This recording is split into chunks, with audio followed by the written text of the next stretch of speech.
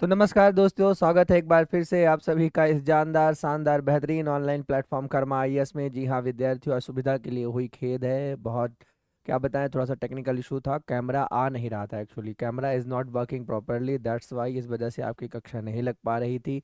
अब हमने studio change कर लिया है और अब चीज़ें सही तरीके से है, तो अब ये कक्षा जो है वो आपकी सही तरीके से चलेगी। तो आप सभी का एक बार फिर से स्वागत है हृदय की अनंत गहराइयों से। आदाब, सत श्री अकाल, नमस्कार, जय माता दी, जय मां शारदे, राधे राधे, जय श्री कृष्णा। तो ठीक है, सभी का स्वागत है। स्वाति शुक्ला गुड मॉर्निंग, कविता बरेठा जी गुड मॉर्निंग, सलोनी दुबे गुड मॉर्निंग, अरविंद बघेल, सलोनी दुबे सभी जल्दी से एक बार इमोजी भेज दीजिए ताकि मुझे पता चल जाए कि आप सभी लाइव हैं, मेरी वॉइस आप तक आ रही है। जल्दी से जितने विद्यार्थी जुड़े हुए हैं कक्षा में, जल्दी जल्दी सब अपने कमेंट्स कर दें, कमेंट्स करें या इमोजीज भेजें, जिससे मुझे पता चले कि आप क्लास में लाइव हैं और voice is clear, voice is clear. जल्दी से इमोजीज भेज दें सारे विद्यार्थी। शुभम राय जी, सलोनी दुबे जी, कविता बरेठा, अरविंद बघेल जितने विद्यार्थी जुड़े हुए हैं, स्वाति शुक्ला, सभी लोग जल्दी जल्दी आ जाएं क्लास में, जल्दी जल्दी आ जाएं क्लास में। क्लास स्टार्ट हो गई है, आपकी क्लास स्टार्ट हो गई है, आप आ जाएं क्लास में। जल्दी जल्दी कमेंट्स करें ताकि पता चल सके कि क्लास स्टार्ट हो गई है और अब हम इस कक्षा को आगे बढ़ाएंगे।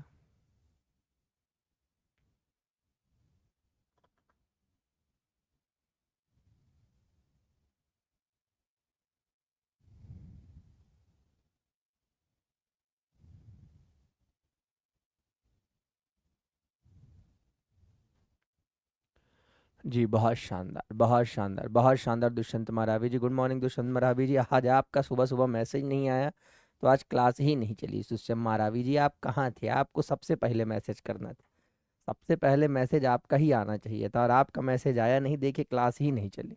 इसलिए कहते हैं मारावी जी, सबसे पहले सुबह सुबह मैसेज किया करिए, ठीक है ना? एक टोटका कीजिए डेली का। तो चलिए बात करते हैं। देखिए, हाल ही में याद रखिएगा, भारत सरकार ने अपने बजट में बौद्ध सर्किट, जी हाँ याद रखिएगा, हाल ही में भारत सरकार ने अपने बजट में बौद्ध सर्किट, याद रखिएगा, बौद्ध सर्किट पर्यटन योजना किस मंत्रालय द्वारा शुरू की गई थी, याद रखिए। देखिए बहुत इंपॉर्टेंट है। देखिए, अगर इस समय आप बात करेंगे तो भारत सरकार का फोकस किस चीज़ पर है? भारत सरकार का फोकस है कल्चरल डिप्लोमेसी पर, जी हाँ याद रखिएगा, इसे सांस्कृतिक रणनीति कहते हैं। सांस्कृतिक रणनीति का कॉन्सेप्ट क्या होता है? देखिए बहुत आराम से याद रखिएगा। सांस्कृतिक रणनीति अगर मैं बात करूं या कल्चरल डिप्लोमेसी की आपसे बात करूं कि सांस्कृतिक रणनीति या कल्चरल डिप्लोमेसी क्या होती है, तो इसे आप कुछ इस तरीके से समझ सकते हैं कि हाल ही में भारत सरकार का जो रुख है वो क्या है। याद रखिएगा, दुनिया के अपने प्रमुख पड़ोसी देशों से भारत कल्चरल डिप्लोमेसी को प्रमोट करता है। कल्चरल डिप्लोमेसी का मतलब क्या है? भारत ये देखता है कि उस देश और हमारे देश में ऐसी कौन सी समानताएं हैं कि हमारे देश सर हमेशा सबसे पहले किया मैसेज।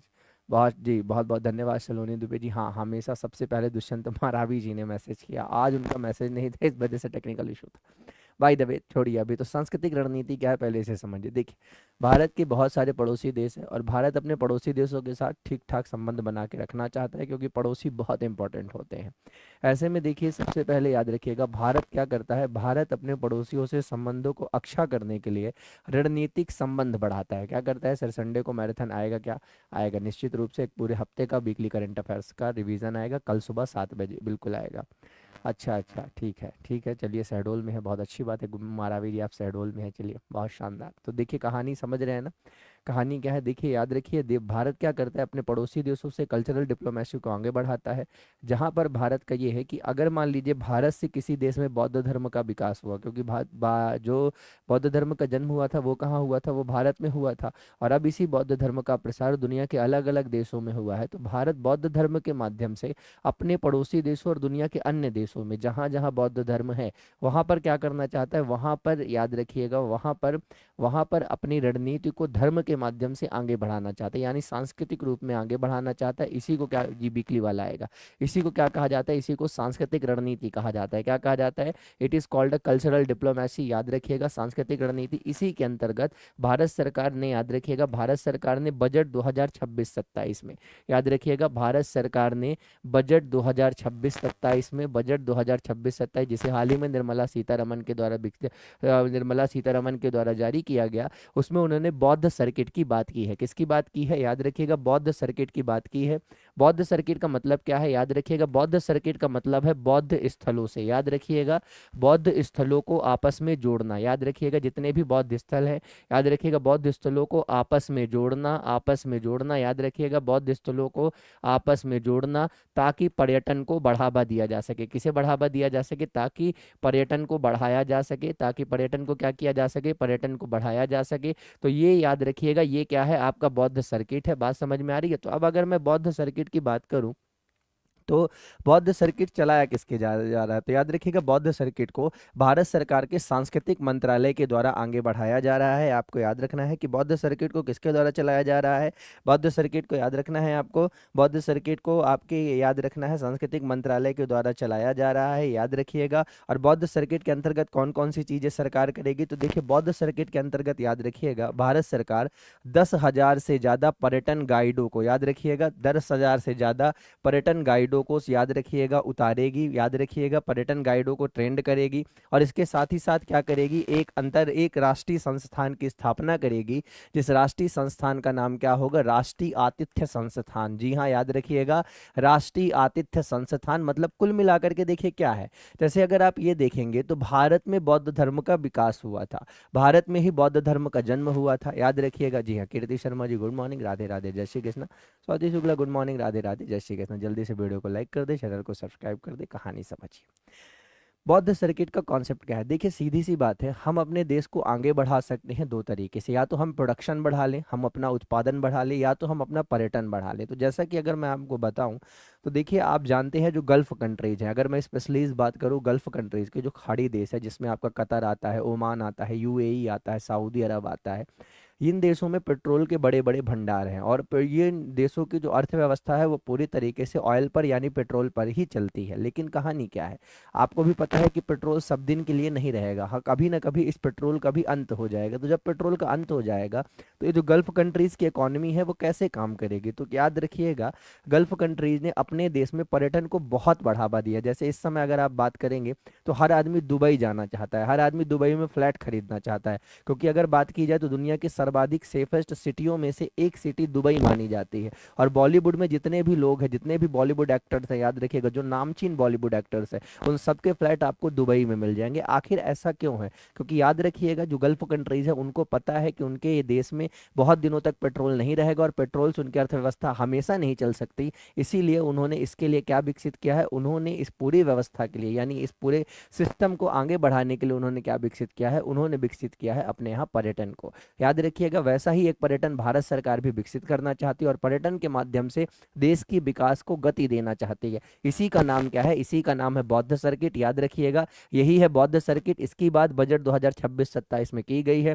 क्या है बौद्ध सर्किट? तो याद रखिएगा, बौद्ध सर्किट का उद्देश्य है बौद्ध स्थलों को आपस में जोड़ना ताकि पर्यटन को क्या दिया जा सके? बढ़ावा दिया जा सके। इसके लिए भारत सरकार ने 10,000 पर्यटन गाइडों को, याद रखिएगा, भारत सरकार ने इस योजना के तहत बौद्ध सर्किट के अंतर्गत भारत सरकार 10,000 पर्यटन गाइडों को ट्रेंड कर रही है। सबसे बड़ा काम सरकार ये कर रही है। दूसरा प्रमुख काम याद रखिएगा, सरकार राष्ट्रीय आतिथ्य संस्थान, जी हाँ याद रखिएगा, राष्ट्रीय, याद रखिएगा, नेशनल गेस्ट इंस्टीट्यूट की भी स्थापना भारत सरकार करेगी। इसका उल्लेख उन्होंने बजट में किया है। अब अब आपसे मैं बताऊं कि आखिर में बौद्ध सर्किट को भारत के किन प्रमुख राज्यों में विकसित किया जाएगा या कहां पर बनाया जाएगा, तो याद रखिएगा, ये जो आपके बौद्ध सर्किट होंगे, ये जो आपके बौद्ध सर्किट होंगे, ये मुख्य रूप से भारत में कहां कहां बनाए जाएंगे। तो देखिए, जो स्थल भारत में बौद्ध धर्म से संबंधित है उन स्थलों को बौद्ध सर्किट से जोड़ा जाएगा। तो बौद्ध धर्म से कौन कौन से स्थल संबंधित है? सबसे पहले, जैसा कि आप जानते हैं, बुद्ध का जन्म कहाँ हुआ था? तो बुद्ध का जन्म हुआ था लुम्बिनी। जी हाँ, याद रखिएगा,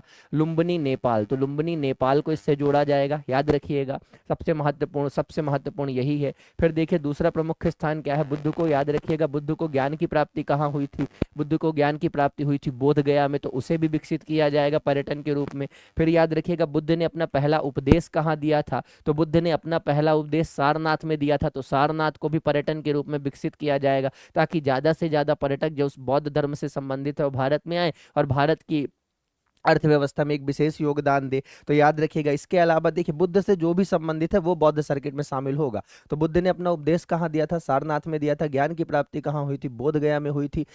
उनका जन्म कहाँ हुआ था? लुम्बिनी में। तो ये तो नेपाल में है, याद रखिएगा ये नेपाल में है, तो इसे भी इससे जोड़ा जाएगा। साथ ही साथ याद रखिएगा बुद्ध ने अपना जो अंतिम उपदेश दिया था, बुद्ध ने अपना अंतिम उपदेश कहाँ दिया था? बुद्ध ने अपना अंतिम उपदेश याद रखिएगा वैशाली में दिया था, तो उसे भी इससे जोड़ा जाएगा, ये याद रखना है आपको। फिर आपको याद रखना है बुद्ध का याद रखिएगा, बुद्ध का महापरिनिर्माण यानी बुद्ध की मृत्यु कहाँ हुई थी? तो बुद्ध का जो महापरिनिर्माण हुआ था वो कहाँ हुआ था? वो हुआ था कुशीनारा में यानी कुशीनगर में। तो इन सभी शहरों को याद रखिएगा, इन सभी शहरों को बौद्ध सर्किट के माध्यम से जोड़ा जाएगा और इन सभी को विकसित किया जाएगा ताकि ज़्यादा से ज़्यादा टूरिस्ट इस क्षेत्रों पर अट्रैक्ट हो, ज़्यादा से ज़्यादा, बिल्कुल याद रखिएगा, ज़्यादा से ज़्यादा टूरिस्ट और टूरिज्म इन क्षेत्रों पर अट्रैक्ट हो और ज़्यादा से ज़्यादा याद रखिएगा, ज़्यादा से ज़्यादा भारत की अर्थव्यवस्था में ये सभी योगदान कर सके। अब अगर मैं बात करूं तो अभी याद रखिएगा बौद्ध सर्किट से मुख्य रूप से याद रखिएगा बौद्ध सर्किट के अंतर्गत भारत इसके अलावा 3 प्रमुख देशों को जोड़ने की योजना बना रहा है। ये कौन कौन से देश है? याद रखिएगा, तो जो 3 प्रमुख देश है जिन्हें बौद्ध सर्किट के माध्यम से जोड़ा जा रहा है उनमें एक प्रमुख देश है नेपाल, दूसरा देश कौन सा है? श्रीलंका, और तीसरा देश कौन सा है? भारत। क्योंकि देखिए याद रखिएगा, आपको पता होगा कि अशोक ने अपने पुत्र, याद रखिएगा, अशोक ने अपने पुत्र और अपनी पुत्री संघमित्रा को बोधि वृक्ष की एक शाखा के साथ कहाँ भेजा था? श्रीलंका में भेजा था, बौद्ध धर्म का प्रचार प्रसार करने के लिए। तो कुल मिलाकर के कहानी ये है कि जो बौद्ध सर्किट है इसकी बात बजट में की गई है। याद रखिएगा इसी के अंतर्गत क्या किया जाएगा? भारत में राष्ट्रीय आतिथ्य संस्थान की स्थापना की जाएगी। बौद्ध सर्किट के अंतर्गत कौन कौन से देशों को जोड़ा जाएगा? तो याद रखिएगा बौद्ध सर्किट के अंतर्गत नेपाल को जोड़ा जाएगा, श्रीलंका को जोड़ा जाएगा, भारत को जोड़ा जाएगा। इन 3 प्रमुख देशों में जो बौद्ध धर्म से संबंधित प्रमुख स्थल है, बिल्कुल उन सभी को इसके अंतर्गत जोड़ा जाएगा। ये आपको याद रखना है। बुद्ध का जन्म कहाँ हुआ था? बुद्ध का जन्म लुम्बिनी में हुआ था, तो इसे जोड़ेंगे। बोध गया में ज्ञान की प्राप्ति हुई थी, इसे जोड़ेंगे। उन्होंने पहला उपदेश सारनाथ में, फिर वैशाली में, और महापरिनिर्माण उनका कुशीनगर में। तो जोड़ने का तरीका क्या होगा? देखिए सबसे इंपॉर्टेंट है कि क्या की जाएंगी, कुछ स्पेशल ट्रेनें चलाई जाएंगी जो इन सारे स्थलों को एक साथ जोड़ेंगी। याद रखिएगा इनकी हवाई कनेक्टिविटी यानी एयर कनेक्टिविटी सही तरीके से होगी ताकि हवाई जहाज आसानी से एक स्थान से दूसरे स्थान पर जा सके, तो सही तरीके से इन्हें आगे बढ़ाया जा सके। तो ये बिल्कुल, हाँ, ये याद रखिएगा, ये बहुत महत्वपूर्ण है। तो बौद्ध सर्किट आपके लिए बहुत इंपॉर्टेंट है, याद रखिएगा। और इसकी बात बजट में की गई हो लगातार याद रखिएगा, लगातार इसकी बात भारत के अखबार छापते चले जा रहे हैं, तो ये आपको याद रखिएगा। इसी के साथ साथ आपको याद होगा कि मैंने आपको बताया था हाल ही में भारत में पिपरावा अवशेषों की प्रदर्शनी लगाई गई थी।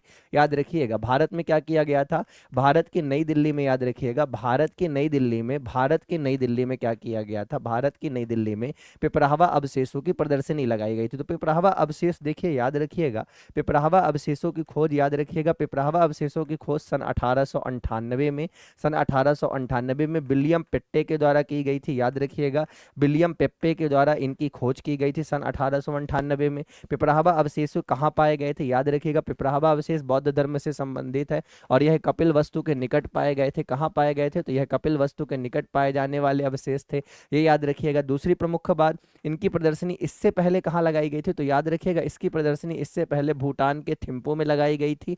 याद रखिएगा भूटान के थिम्पू में, जब प्रधानमंत्री नरेंद्र मोदी, याद रखिएगा नवंबर 2025 में भूटान की यात्रा पर गए थे। याद रखिएगा जब भारत के प्रधानमंत्री नरेंद्र मोदी नवंबर 2025 में अपनी भूटान की यात्रा पर गए थे, तब उन्होंने इस पिपरावा प्रदर्शनी का क्या किया था? इस पिपरावा प्रदर्शनी का दर्शन किया था और उसके बाद ही पिपरावा अवशेषों को भारत में ला करके, याद रखिएगा, बिल्कुल महेंद्र और संघमित्रा को भेजा था। और याद रखना है फिर क्या किया गया था? फिर इन अवशेषों की प्रदर्शनी नई दिल्ली में लगाई गई थी। तो याद रखिएगा नवंबर 2025 में प्रधानमंत्री नरेंद्र मोदी भूटान की यात्रा पर गए थे। क्यों गए थे? क्योंकि याद रखिएगा भूटान के राजा, याद रखिएगा भूटान के राजा के 70वें जन्मदिन के उपलक्ष्य में, याद रखिएगा तब उन्होंने, याद रखिएगा इस पिपरावा अवशेषों का प्रधानमंत्री नरेंद्र मोदी ने क्या किया था? दर्शन किया था। तो ये इंपॉर्टेंट है, ये याद रखिए। तो ये सब कुछ आपके लिए है, इसे आप पढ़िएगा। अब बात करते हैं निम्नलिखित आर्थिक संकेतों को। देखिए क्या होता है, जैसा कि आप इधर समझिए, अभी हाल ही में क्या आया है? हाल फिलहाल में आरती मेवाड़ा, गुड मॉर्निंग, राधे राधे, जय श्री कृष्ण आरती। देखिए क्या होता है, हाल ही में अगर मैं आपसे बात करूं तो रिसेंटली क्या हुआ है कि अभी हाल ही में भारत सरकार ने अपना बजट रिलीज किया है, तो हाल ही में बजट आया है। लेकिन याद रखिएगा, अगर मैं आपसे बात करूं तो अर्थव्यवस्था के दो पहिए होते हैं, याद रखिएगा। अगर आप किसी भी अर्थव्यवस्था की बात करेंगे या किसी भी इकोनॉमी की अगर आप बात करेंगे तो इकोनॉमी, याद रखिएगा, इकोनॉमी के दो पहिए होते हैं। एक होती है इकोनॉमी की अर्थव्यवस्था का एक पहिया होता है फिस्कल पॉलिसी, क्या होती है याद रखिएगा, एक पहिया होता है उसका फिस्कल पॉलिसी, जबकि दूसरा पहिया क्या होता है, दूसरा पहिया होता है उसका मॉनेटरी पॉलिसी, याद रखिएगा। यानी कोई भी अर्थव्यवस्था दुनिया में होगी उसके दो ही पहलू होंगे, दो ही चक्के होंगे। पहले चक्के का नाम क्या होगा, फिस्कल पॉलिसी, दूसरे का नाम क्या होगा, मॉनेटरी पॉलिसी। फिस्कल पॉलिसी को क्या कहा जाता है, फिस्कल पॉलिसी को कहा जाता है राजकोषीय नीति, क्या कहा जाता है, इसे राजकोषीय नीति कहा जाता है। जबकि मॉनेटरी पॉलिसी को क्या कहा जाता है, मॉनेटरी पॉलिसी को मौद्रिक नीति कहा जाता है, क्या कहा जाता है, इसे मौद्रिक नीति कहा जाता है। बेसिक कॉन्सेप्ट को समझिएगा, फिर ये करंट से ऑलरेडी लिंक कर देंगे हम, और कल की जो न्यूज़ आरबीआई से रिलेटेड है उसे भी आप फिर बात कर लेंगे। तो अभी देखिए क्या कहानी है। तो आपने देखा कि अर्थव्यवस्था के दो पहिए होते हैं, एक होती है फिस्कल पॉलिसी, एक होती है मॉनेटरी पॉलिसी। फिस्कल पॉलिसी का हेड कौन होता है, फिस्कल पॉलिसी का जो हेड होता है संबंधित देश का वित्त मंत्री होता है। कौन होता है, संबंधित जो देश होता है, राष्ट्र होता है, वह राज्य होता है, उसका जो वित्त मंत्री होता है वो कौन होता है, वो राजकोषीय नीति का प्रमुख होता है। जबकि याद रखिएगा मॉनेटरी पॉलिसी का हेड कौन होता है, तो याद रखिएगा उस देश के केंद्रीय बैंक का गवर्नर यानी आरबीआई का गवर्नर मौद्रिक नीति का प्रमुख होगा। अब मौद्रिक नीति में हम किसकी बात करेंगे, याद रखिएगा मौद्रिक नीति में हम केवल मुद्रा की बात करेंगे। किसकी बात करेंगे, हम मनी की बात करेंगे, हम पैसे की बात करेंगे, हम लेन देन की बात करेंगे, किसमें, मॉनेटरी पॉलिसी में। जबकि याद रखिएगा फिस्कल पॉलिसी में किन चीजों की बात की जाती है, तो फिस्कल पॉलिसी में याद रखिएगा करों की बात की जाती है, टैक्स की बात की जाती है। याद रखिएगा साथ साथ किसकी बात की जाती है, सार्वजनिक व्यय की, याद रखिएगा किसकी बात की जाती है, सार्वजनिक व्यय की। और किसकी बात की जाती है, सार्वजनिक ऋण, याद रखिएगा सार्वजनिक व्यय, सार्वजनिक ऋण, करारोपण, याद रखिएगा, और हीनार्थ प्रबंधन, ये चार प्रमुख टूल्स होते हैं। बात समझ में आ रही है ना। यानी किसी भी अर्थव्यवस्था को चलाने के लिए ये चार चीजें फिस्कल पॉलिसी के अंतर्गत आती है, जिन्हें मेंटेन करने का काम किसका होता है, वित्त मंत्री का। तो आपने देखा कि 1 फरवरी को भारत में बजट आया और बजट में निर्मला सीतारमन ने कई सारे कर अनाउंस किए। हालांकि इस बार याद रखिएगा इनकम टैक्स तो नहीं बढ़ाया है उन्होंने, इनकम टैक्स का कोई स्लैब नहीं बढ़ाया है। लेकिन याद रखिएगा मैंने आपको बताया था कि इस बार के बजट में उन्होंने एसटीटी बढ़ा दिया है। क्या बढ़ा दिया है, एसटीटी बढ़ा दिया। एसटीटी का मतलब क्या होता है, इसे कहा जाता है सिक्योरिटी ट्रांजैक्शन टैक्स। क्या कहा जाता है, इसे सिक्योरिटी ट्रांजैक्शन टैक्स कहा जाता है। एसटीटी ये क्या था, देखिए पहले क्या था, पहले ये जो आपका एसटीटी हुआ करता था वो 0.2% लगा करता था, अब इसे उन्होंने बढ़ा करके 0.5% कर दिया है। यानी ये एसटीटी यानी सिक्योरिटी ट्रांजैक्शन टैक्स होता क्या है, पहले ये समझिए। तो देखिए याद रखिएगा जो लोग शेयर बाजार में काम करते हैं, जो लोग शेयर बाजार में काम करते हैं और जो लोग प्रत्येक दिन शेयर खरीदते और बेचते हैं, मेरी बात समझ रहे हैं ना, जो लोग प्रत्येक दिन शेयर खरीदते और शेयर बेचते हैं, ऐसे में याद रखिएगा जब वो शेयर खरीदते हैं और जब वो शेयर बेचते हैं, ऐसे में उन पर एक टैक्स लगाया जाता है, जिस टैक्स का नाम क्या है, एसटीटी, सिक्योरिटी ट्रांजैक्शन टैक्स कहा जाता है। अभी तक ये टैक्स कितना लगता था, अभी तक ये टैक्स याद रखिएगा 0.2% लगता था, अब इसे बढ़ा करके कितना कर दिया गया है, 0.5%। जब निर्मला सीतारमन प्रेस कॉन्फ्रेंस पर आई बजट के बाद तो उनसे पूछा गया कि आखिर आपने सिक्योरिटी ट्रांजैक्शन टैक्स को बढ़ा क्यों दिया है, इतना ज्यादा क्यों बढ़ा दिया, तो उन्होंने साफ जो बात कही, मैं वही बात यहाँ पे दोहराऊंगा। उन्होंने कहा कि सिक्योरिटी ट्रांजैक्शन टैक्स हमने इसलिए बढ़ाया है क्योंकि जबरदस्ती भारत के, याद रखिएगा भारत के जो मासूम लोग हैं, याद रखिएगा भारत के जो मासूम लोग हैं वो लगातार, याद रखिएगा भारत के जो मासूम लोग हैं वो लगातार सट्टेबाजी का शिकार हो रहे हैं। क्या हो रहे हैं, सट्टेबाजी का शिकार हो रहे हैं शेयर बाजार के माध्यम से, और उन्हें भारी नुकसान हो रहा है, इसीलिए हमने इस पर टैक्स बढ़ा दिया है। बात समझ में आ रही है, याद, हाँ, इसको सिक्योरिटी ट्रांजैक्शन टैक्स कहते हैं। स्वाति शुक्ला जी, तो ये कॉन्सेप्ट है, समझ में आ रहा है ना। और याद रखिएगा जो आपका शेयर बाजार होता है, it is a complete speculative market but it is a legal. बात समझ में आ रही है ना। याद रखिएगा शेयर बाजार क्या है, एक, याद रखिएगा पूरी तरह से सट्टा बाजार है, एक कंप्लीट स्पेकुलेटिव मार्केट है, पर याद रखिएगा वो एक लीगल बाजार है, वो एक लीगल सट्टा बाजार है जिसे भारत सरकार ही चलाती है। बात समझ में आ रही है ना, जिसे भारत सरकार ही चलाती है और है वो सट्टा बाजार, ये बात एकदम से तय है, पानी की तरह साफ है। तो याद रखिएगा सट्टेबाजी से भारत के मासूम लोगों को सिक्योर करने बढ़ाने के लिए हाल ही में वित्त मंत्री ने सिक्योरिटी ट्रांजैक्शन टैक्स को बढ़ा के 0.2% से 0.5% कर दिया। तो फिस्कल पॉलिसी का पहला रूल कि टैक्स आते हैं तो भैया बजट में निर्मला सीतारमण ने टैक्स की बात करी, यहां से क्लियर हो गया। फिर सार्वजनिक व पब्लिक एक्सपेंडिचर, बिल्कुल भैया आपको मैंने बताया था, सरकार जैसे अभी सीधी सी बात है राष्ट्रीय आतिथ्य संस्थान खोलेगी तो उसके लिए पैसा तो सरकार को ही देना होगा ना, यही ना कहानी है, तो ये याद रखिएगा। फिर सरकार ऋण भी लेती है, मैंने आपको बताया था भारत सरकार का जो फिस्कल डेफिसिट है वो 4.3% है, मतलब सीधी सी बात है सरकार बाहर से कर्जा लेकर के भी अर्थव्यवस्था को चला रही है, तो ये भी कहानी है। फिर हीनार्थ प्रबंधन का मतलब क्या होता है, जब आरबीआई से पैसा लेते वो अभी समझ में आ जाएगा। तो ये तो फिस्कल पॉलिसी, फिस्कल पॉलिसी की बात नहीं करते, अब हम बात करते हैं मॉनेटरी पॉलिसी। याद रखिएगा मॉनेटरी पॉलिसी का हेड कौन होता है, आरबीआई होता है। याद रखिएगा मौद्रिक नीति, मौद्रिक नीति की अगर बात की जाए तो मौद्रिक नीति बात किससे करती है, मौद्रिक नीति याद रखिएगा इसका संबंध मुद्रा से होता है, ये भी बहुत महत्वपूर्ण है, इसे आप याद रखेंगे। साथ ही साथ अगर मैं यहाँ पर बात करूं तो मौद्रिक नीति समिति, जी हाँ कल यही हुआ है, मौद्रिक नीति समिति की बैठक हुई है,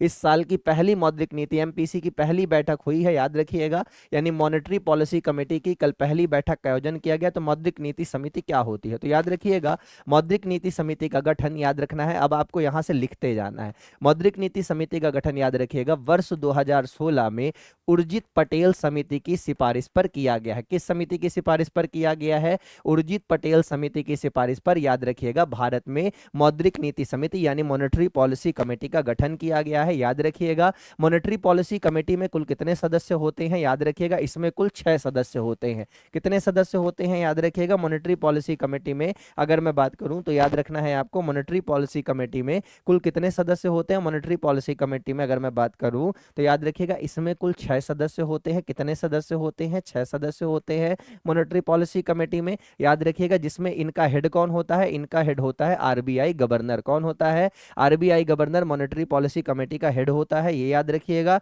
और वैसे अगर पूछेगा इसमें कितने सदस्य होते हैं तो इसमें जो कुल सदस्यों की संख्या होती है वो होती है आपकी 6, याद रखिएगा। अब इसमें से देखिए इसमें से बाकी 2 लोग कहां से आएंगे, बाकी 2 लोग आएंगे आरबीआई के डिप्टी गवर्नर। कौन आएंगे, डिप्टी गवर्नर। तो देखिए एक याद रखिएगा मॉनेटरी पॉलिसी कमेटी में एक आपका हो जाएगा आरबीआई का गवर्नर, एक आरबीआई का गवर्नर तो उसका अध्यक्ष ही हो जाएगा, और बाकी 2 लोग क्या होंगे, बाकी 2 डिप्टी गवर्नर आएंगे आरबीआई से, ये याद रखिए। और याद रखिएगा बाकी की अगर मैं बात करूं तो बाकी के 3 सदस्यों को, बाकी के 3 सदस्यों को किसके द्वारा नियुक्त किया जाता है, बाकी के जो 3 सदस्य होते हैं उन्हें भारत सरकार के द्वारा मॉनेटरी पॉलिसी कमेटी में नियुक्त किया जाता है। तो कुल मिलाकर के कहानी ये है कि मौद्रिक नीति समिति जो होती है उसमें कुल कितने सदस्य होते हैं, 6 सदस्य होते हैं, याद रखिएगा। 3 सदस्य कहां से आते हैं, 3 सदस्य आरबीआई से आते हैं। 3 सदस्य को नियुक्ति किसके द्वारा की जाती है, भारत सरकार के द्वारा की जाती है, ये याद रखिएगा। अब एक बात आपको याद रखनी है, यहां पर कहानी ये है कि each person has a 1 vote. याद रखिएगा, याद रखिएगा इसमें क्या होता है, प्रत्येक व्यक्ति के पास 1 वोट होता है,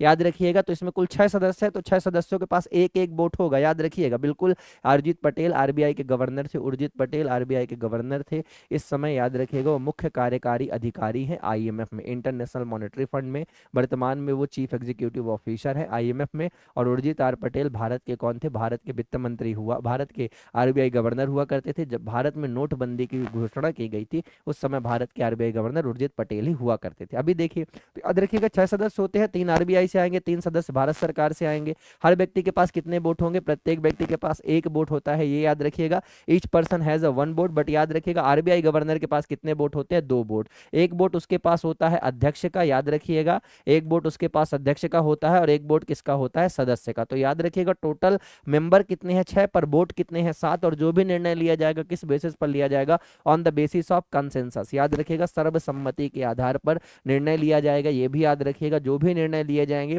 वो सारे के सारे निर्णय सर्वसम्मति के आधार पर लिए जाएंगे, ये याद रखिएगा। अब मौद्रिक नीति समिति का उद्देश्य क्या होता है, देखिए अगर मैं इसकी बात करूं कि ये समिति भारत में बनाई क्यों गई है, इसका उद्देश्य क्या है, तो याद रखिएगा इसका सबसे प्रमुख उद्देश्य है बाजार में महंगाई को नियंत्रित करना। किसको नियंत्रित करना, याद रखिएगा, बाजार में महंगाई, यानी अगर मैं आपकी भाषा में टेक्निकल भाषा में कहूं तो मुद्रास्फीति को नियंत्रित करने के लिए, याद रखिएगा मुद्रास्फीति को नियंत्रित करने के लिए मॉनेटरी पॉलिसी कमेटी बनाई जाती है। तो बाजार में महंगाई या मुद्रास्फीति को नियंत्रित करने के लिए क्या बनाई जाती है, मौद्रिक नीति समिति बनाई जाती है, याद रखिएगा। मौद्रिक नीति समिति का लक्ष्य क्या है, याद रखिएगा। मौद्रिक नीति समिति, याद रखिएगा, अगर मैं बात करूं तो मौद्रिक नीति समिति को लक्ष्य दिया जाता है मुद्रास्फीति को नियंत्रित करने के लिए। मौद्रिक नीति समिति का याद रखिएगा, मौद्रिक नीति समिति मुद्रास्फीति को नियंत्रित करने के लिए लक्ष्य दिया जाता है कि वो याद रखिएगा मुद्रास्फीति की दर को यानी इन्फ्लेशन को कितने से कितने के बीच में रखेंगे, 2 to 6%। याद रखिएगा अगर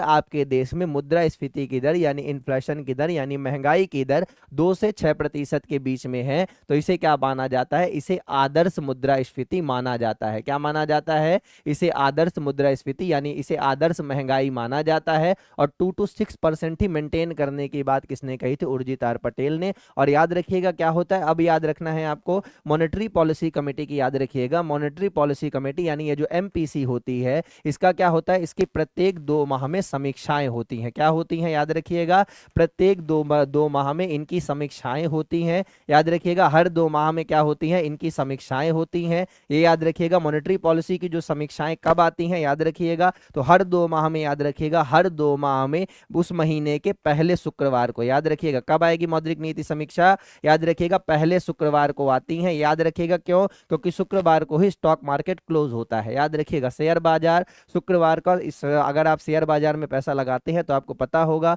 कि शेयर बाजार का जो अंतिम दिन होता है सप्ताह का वो शुक्रवार ही होता है। शुक्रवार के बाद शेयर बाजार में कोई काम नहीं होता, फिर शनिवार रविवार 2 दिन की छुट्टी होती है, फिर मार्केट वापस स्टार्ट होता है कब, सोमवार से। तो ये आपको याद रखना है कि ये कहानी है। तो 2 माह की समीक्षाएं होती हैं मौद्रिक नीति समिति की, मॉनेटरी पॉलिसी कमेटी की। पहले शुक्रवार को ये समीक्षाएं प्रारंभ होती है। कब होती हैं ये जो आपकी समीक्षाएं होती हैं, याद रखिएगा किसी भी महीने में 2 महीने के पहले शुक्रवार में ही समीक्षाएं आती हैं। कल शुक्रवार था, कल मौद्रिक नीति समिति की बैठक हुई और उसमें याद रखिएगा जो वर्तमान में आरबीआई गवर्नर है जिनका नाम है संजय मेहरोत्रा। याद रखिएगा संजय मेहरोत्रा ने आकर के कुछ रेट्स बताए हैं। क्या बताए हैं, उन्होंने कुछ अति महत्वपूर्ण रेट बताए हैं। और ये याद रखिएगा ये महत्वपूर्ण है, इसे लिख लीजिएगा, बहुत आराम से देखिएगा। अगर मैं आपसे बात करूं, बहुत आराम से देखिएगा, तो यहाँ पर अगर मैं आपसे बात करूं मॉनेटरी पॉलिसी कमेटी के कुछ इंस्ट्रूमेंट होते हैं यानी एमपीसी के अस्त्र लिखिए।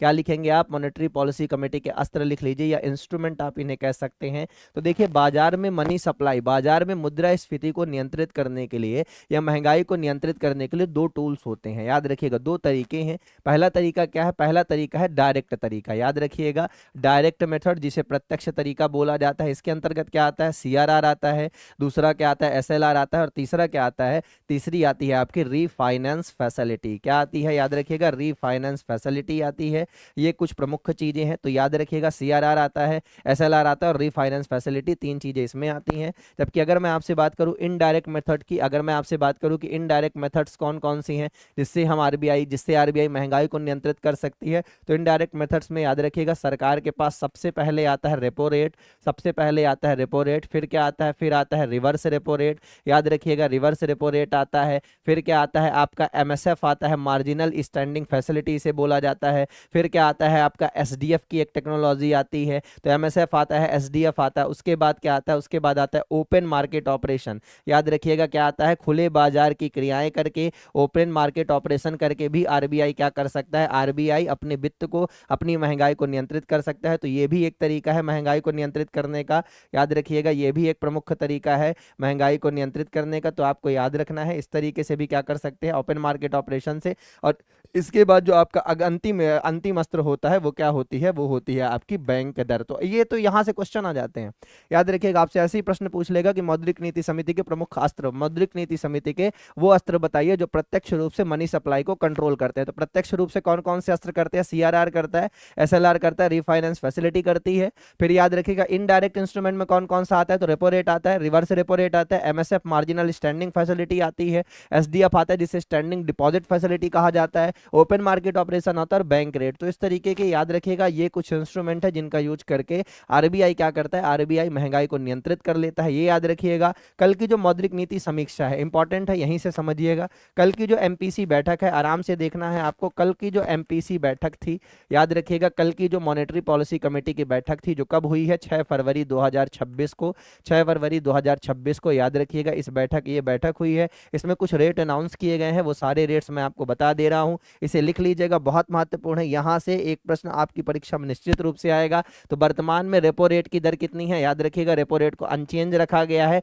5.25%। तो प्रश्न पूछेगा वर्तमान में भारत में रेपो दर कितनी है, उत्तर क्या होगा मेरे प्रिय विद्यार्थी, 5.25%। जी हाँ, याद रखिएगा रेपो रेट की दरें कितनी है, तो वर्तमान में रेपो रेट की दरें कितनी है, याद रखिएगा 5.25% है, ये आपको याद रखना है। उसी के साथ साथ याद रखिएगा एसडीएफ की दर कितनी बताई गई है, एसडीएफ की जो दर स्टैंडिंग डिपॉजिट फैसिलिटी है इसकी दर कितनी बताई गई है, इसकी दर बताई गई है 5%। याद रखिएगा एमएसएफ कितना बताया गया, मार्जिनल स्टैंडिंग फैसिलिटी है। ये इनके नाम भी पूरा पूरा लिखते जाता हूँ, एक मिनट रुकिएगा। एसडीएफ का पूरा नाम भी आप जाने रहिए क्योंकि आपसे पूछा जाएगा। स्टैंडिंग डिपॉजिट वनडे एग्जाम के लिए बहुत इंपॉर्टेंट है, बता रहा हूँ मैं। Standing deposit facility one day exam के लिए रामबाण है, मैं बार बार कह रहा हूँ, बहुत महत्वपूर्ण। स्टैंडिंग डिपॉजिट फैसिलिटी इसे बोला जाता है, याद रखिएगा। एसडीएफ को क्या बोला जाता है, स्टैंडिंग डिपॉजिट फैसिलिटी बोला जाता है। जबकि याद रखिएगा एमएसएफ को क्या बोला जाता है, तो एमएसएफ याद रखिएगा। एमएसएफ की अगर मैं बात करूँ तो एमएसएफ को क्या बोला जाता है, तो एमएसएफ को बोला जाता है मार्जिनल स्टैंडिंग फैसिलिटी, याद रखिएगा। इसे क्या बोला जाता है, इसे बोला जाता है मार्जिनल स्टैंडिंग फैसिलिटी, याद रखिएगा मार्जिनल स्टैंडिंग फैसिलिटी। और ये हिंदी अंग्रेजी दोनों भाषाओं में है, थोड़ा यही मैनेज करना है आपको। याद रखिएगा जल्दी एसडीएफ एमसीएफ एमएसएफ की बात होती है, हालांकि इसे सीमांत सीमांत नियोजन ऐसे कुछ दर कहते हैं, पर याद रखिएगा एमएसएफ ही बोलते हैं। एमएसएफ रेट कितना है, रिसेंट जो मॉनेटरी पॉलिसी कमेटी है 5.50%। तो आपसे प्रश्न पूछ लेगा हाल ही में मौद्रिक नीति की समीक्षा के अनुसार भारत का एमएसएफ रेट कितना है, 5.50%। भारत का एसडीएफ कितना है, 5%। याद रखिएगा ये एसडीएफ जो होता है वो रेपो रेट से 0.25% कम होता है, तो रटने की जरूरत नहीं है, आप यहीं से समझ सकते हैं। रेपो रेट जितना भी होगा उससे 0.25 घटाएंगे, जो आएगा वो क्या होगा, वो होगा आपका एसडीएफ, याद रखिएगा। तो अगर रेपो रेट 5.25% है तो एसडीएफ क्या होता है, 0.25 कम होता है, तो वो होगा 5%। मार्जिनल स्टैंडिंग फैसिलिटी याद रखिएगा ये कितना होता है, ये रेपो रेट से हमेशा 0.25% ज़्यादा होता है। तो आप ऐसे याद कर सकते हैं ना, बहुत आसान तरीका है, इसे याद करने का तरीका बहुत आसान है। देखिए अगर मैं आपसे बात करूं रेपो रेट, अगर मैं यहाँ पर लिखूं रेपो रेट, ठीक है, तो रेपो रेट जो भी होगा, जो भी रेपो रेट होगा, याद रखिएगा अगर उसमें 0.25% आप क्या करेंगे, कम करेंगे, तो आपको क्या मिल जाएगा, एसडीएफ। तो जैसे मान लीजिए अगर इस समय पे भारत का जो रेपो रेट है 5.25% है, तो एसडीएफ कितना होगा, एसडीएफ होगा आपका, एसडीएफ 0.25% कम होता है, तो ये एसडीएफ कितना होगा, एसडीएफ हो जाएगा आपका 5%। ये कहानी है। और अगर मान लीजिए यहाँ पर ये जो इस तरफ रेपो रेट है, अगर आपका, अगर यहाँ पर 0.25% अगर आप ऐड कर देते हैं, यहाँ पर कि 0.25% ऐड कर देंगे, तो यहाँ पर क्या आ जाएगा, आपको मिल जाएगा, यहाँ पर आपको मिल जाएगा एमएसएफ। क्योंकि एमएसएफ कितना होता है, मार्जिनल स्टैंडिंग फैसिलिटी जो होती है वो हमेशा रेपो रेट से कितनी होती है, 0.25% ज्यादा होती है। तो कितनी आ जाएगी, वो आ जाएगी आपकी 5.50%। तो बहुत आसान है, कोई दिक्कत नहीं है रटने की, केवल आपको रेपो रेट याद करना है। अगर रेपो रेट याद हो जाएगा तो उससे 5.25 घटाएंगे तो एसडीएफ आ जाएगा, 0.25 जोड़ेंगे तो क्या आ जाएगा, आपका एमएसएफ आ जाएगा। होता क्या है मैं बता रहा हूं, कैसे महंगाई नियंत्रित होगी वो सब हम बात करेंगे, पर यह याद रखिएगा। इसके साथ ही साथ याद रखिएगा आरबीआई ने क्या बताया है, आरबीआई ने ग्रोथ फोरकास्ट, याद रखिएगा भारत की जो जीडीपी ग्रोथ रेट का फोरकास्ट किया है, यानी आरबीआई ने जो अपनी समीक्षाओं में बताया है कि भारत की जो विकास दर होगी वो कितने प्रतिशत की गति से बढ़ेगी, तो जीडीपी ग्रोथ रेट एमएसएफ याद रखिएगा मॉनेटरी पॉलिसी कमेटी ने बताया 7.4%। ये तो बजट में भी कहा गया था कि भारत की जो अर्थव्यवस्था है 7.4% की स्पीड से इस पूरे साल में बढ़ेगी, याद रखिएगा। साथ ही साथ याद रखिएगा यहाँ पर इन्होंने महंगाई की दर भी, याद रखिएगा महंगाई की दर भी इन्होंने बता दी है, और जो इन्फ्लेशन रेट है, मुद्रास्फीति की दर बताई है, वो क्या बताया है, याद रखिएगा मॉनेटरी पॉलिसी कमेटी ने 2.1%। तो ये डाटा बहुत इंपॉर्टेंट है, इसे लिख लीजिए, इसे लिख लीजिए, नहीं तो इसका स्क्रीनशॉट लेके रख लीजिए, बहुत इंपॉर्टेंट है, बहुत ज़्यादा प्रतियोगी परीक्षाओं में पूछा जाता है, हाईली डिमांडिंग है, बहुत ज़्यादा डिमांड होती है मॉनेटरी पॉलिसी कमेटी की ये सारे रेट्स की। तो याद रखिएगा रेपो रेट 5.25%, फिर क्या होता है, याद रखिएगा जो आपका रेपो रेट होता है उससे एसडीएफ 0.25% कम होता है, तो आपका एसडीएफ कितना है, 5% है। फिर आपकी जो मार्जिनल स्टैंडिंग फैसिलिटी एमएसएफ होता है वो क्या होता है, वो हमेशा आपका क्या होता है, रेपो रेट से 5.25% ज़्यादा होता है, तो वो 5.50% है। जीडीपी ग्रोथ रेट आरबीआई ने कितना बताया, 7, मॉनेटरी पॉलिसी कमेटी ने, not RBI, monetary policy committee ने 7.4 बताया और भारत की जो महंगाई दर है उसे उन्होंने कितना बताया, उसे उन्होंने याद रखिएगा 2.1% बताया है। तो ये आपको ये पूरा जितना मैंने डाटा दिया है ये साथ ही साथ यहाँ पर इस पूरे को पहले उतार लीजिए एक तरफ से, इसको पहले पूरा लिख लीजिए, फिर इसके बाद हम एक एक कर करके चीज़ों को समझते हैं। तो ये बहुत इंपॉर्टेंट है, इसे आपको याद रखना है कि क्या है, कैसे कहानी है। तो बहुत आराम से आप देखेंगे कि किस तरीके से चीज़ें काम करती हैं और अर्थव्यवस्था को किस तरीके से चलाया जाता है। हालांकि समय काफ़ी बर्बाद हुआ है, काफ़ी ज़्यादा समय बर्बाद हुआ है, नुकसान तो काफ़ी ज़्यादा हुआ, इतना होना नहीं चाहिए था, है ना, पर हुआ है तो उसका कर क्या सकते हैं, उसका तो कुछ नहीं किया जा सकता है फिलहाल। तो याद रखिएगा ये बहुत इंपॉर्टेंट है आपके लिए, ये बहुत ज़्यादा इंपॉर्टेंट है। यहाँ से प्रश्न भर भर के पूछे जाते हैं। बात समझ में आ रही है ना? याद रखिएगा हमेशा भर भर के क्वेश्चन इन पूरे सेगमेंट से आते हैं, बहुत ज़्यादा पूछे जाते हैं, तो ये इंपॉर्टेंट है, इसे आप लगा लीजिए। बिल्कुल बिल्कुल याद रखिएगा। स्वाति शुक्ला जी बहुत शानदार बहन, बहुत खूबसूरत। तो याद रखिएगा ये पूरा आपका डाटा है, इसे याद रखिएगा। अब इसके बाद याद रखिए सिक्योरिटी ट्रांजैक्शन टैक्स, नागालैंड की बात बाद में करेंगे। सबसे इंपॉर्टेंट आज का जो करंट अफेयर है सबसे पहले वो देखते हैं, ये भी इसको भी आगे बढ़ाते हैं। एक मिनट रुकिए। अब देखिए वुमेन प्रीमियर लीग, सबसे इंपॉर्टेंट वुमेन प्रीमियर लीग। देखिए क्या हुआ है, वुमेन प्रीमियर लीग फाइनल मुकाबला हो चुका है, आरसीबी ने अपना दूसरा टाइटल जीत लिया है। जी हाँ, वुमेन प्रीमियर लीग जिस प्रकार से याद रखिएगा, जिस प्रकार से पुरुषों का आईपीएल कराया जाता है, ठीक उसी प्रकार से महिलाओं का भी आईपीएल भारत में प्रारंभ किया गया है। उसे क्या कहा जाता है, उसे वुमेन प्रीमियर लीग कहा जाता है। और इस बार किसने जीता है, उस बार उसको आरसीबी ने जीता। तो बहुत इंपॉर्टेंट है, वेरी वेरी इंपॉर्टेंट, याद रखिएगा, वेरी वेरी इंपॉर्टेंट। और जो छूट रहे हैं, जो करंट अफेयर्स छूट रहे हैं, उसे हम याद रखिएगा कल की कक्षा में, हो सकता है हम रिवीजन ना करें, हम क्लास ही कर लें, क्योंकि आज की क्लास सही तरीके से हुई नहीं है, तो कल कर लेंगे, जो भी होगा देखेंगे। पर फिलहाल याद रखिएगा क्लास इंपॉर्टेंट है आपके लिए। तो यहाँ पर अभी देखिए, अगर मैं बात करूँ वुमेन प्रीमियर लीग, तो बहुत आराम से देखिएगा। वुमेन प्रीमियर लीग याद रखिएगा, वुमेन प्रीमियर लीग इसका पूरा नाम क्या है, इसका पूरा नाम है वुमेन प्रीमियर लीग। यहाँ से क्वेश्चन बनेगा, याद रखिएगा, महिलाओं से जनरली क्वेश्चन पूछे जाते हैं, इसलिए ये बनेगा, क्योंकि पुरुषों का सबको याद रहता है, महिलाओं को किसी को याद नहीं रहता। तो वुमेन प्रीमियर लीग याद रखिएगा, women premiere league, women premiere league याद रखिएगा, वुमेन प्रीमियर लीग याद रखिएगा। ये कितने चरणों में कराए गए हैं, वुमेन प्रीमियर लीग का आयोजन कितने चरणों में किया गया, याद रखिएगा 2 चरणों में वुमेन प्रीमियर लीग का आयोजन किया गया। इसके आयोजन 2 ही स्थानों पर कराए गए थे, कहाँ कहाँ, याद रखिएगा D Y Patil stadium Navi Mumbai, याद रखिएगा डी वाई पाटिल स्टेडियम, याद रखिएगा D Y Patil stadium Navi Mumbai, Navi Mumbai D Y Patil stadium Navi Mumbai में इनका आयोजन किया गया था। याद रखिएगा D Y Patil stadium Navi Mumbai में इनका आयोजन किया गया था मैचों का। और दूसरा जो आयोजन किया गया था D Y Patil stadium Navi Mumbai के अलावा, तो वो कहाँ किया गया था, वो किया गया था वडोदरा में। तो याद रखिएगा जितने भी मैच थे वो कहाँ कराए गए, 2 ही स्थानों पर। याद रखिएगा कहाँ कहाँ, D Y Patil stadium Navi Mumbai और बड़ोदरा में ही वुमेन प्रीमियर लीग के सारे मैचों का आयोजन किया गया। ये महत्वपूर्ण है। ये कौन सा संस्करण था वुमेन प्रीमियर लीग का, याद रखिएगा ये वुमेन प्रीमियर लीग की अगर मैं बात करूं, तो ये जो आपका महिलाओं का आईपीएल जिसे वुमेन प्रीमियर लीग कहा जाता है, यह इसका चौथा संस्करण था। कौन सा संस्करण था, याद रखिएगा यह इसका चौथा संस्करण था, यानी it is a 4th edition of this particular tournament. याद रखिएगा यह इसका चौथा संस्करण था। याद रखिएगा वुमेन प्रीमियर लीग की शुरुआत कब हुई थी भारत में, आराम से देखिएगा, वुमेन प्रीमियर लीग की शुरुआत कब हुई थी भारत में, वुमेन प्रीमियर लीग की शुरुआत हुई थी वर्ष 2023 में। याद रखिएगा वर्ष 2023 में शुरुआत हुई थी। अब ये इसका क्या था, यह इसका चौथा संस्करण था। कब कब किसने किसने जीता है, यह भी बहुत महत्वपूर्ण है, याद रखिएगा। तो अगर मैं यहाँ पर बताने का प्रयास करूँ तो यहाँ मैं लिख देता हूँ, याद रखिएगा किसने किसने कब कब जीता। तो 2023 में पहला टाइटल किसने जीता था, मुंबई इंडियंस ने। किसने जीता था, याद रखिएगा पहला टाइटल मुंबई इंडियंस ने जीता था, याद रखिएगा 2023 में। फिर 2024 में याद रखिएगा इसका दूसरा टाइटल हुआ। याद रखिएगा ये जो आपका आपका क्या कहते हैं वुमेन प्रीमियर लीग है, इसका दूसरा टाइटल हुआ। दूसरे टाइटल को किसने जीता था, दूसरे टाइटल को आरसीबी ने जीता था, याद रखिएगा। फिर 2025 में तीसरा हुआ, इसको फिर किसने जीता, इसको फिर मुंबई इंडियंस ने जीता। तो ज़्यादा मेहनत नहीं करनी है, याद ज़्यादा करने की दिक्कत नहीं है, आप एक बार याद कर लेंगे तो याद हो जाएगा। फिर अब ये 2026 में किसने जीता, तो फिर 2026 में किसने जीता, आरसीबी ने। तो याद रखिएगा मुंबई आरसीबी चला है। और हर बार जो टीम हारी है वो दिल्ली कैपिटल्स है। याद रखिएगा दिल्ली कैपिटल्स ने इस पूरे टूर्नामेंट में 4 फाइनल हारे हैं। याद रखिएगा 4 फाइनल हारी है, 4 फाइनल हारी है।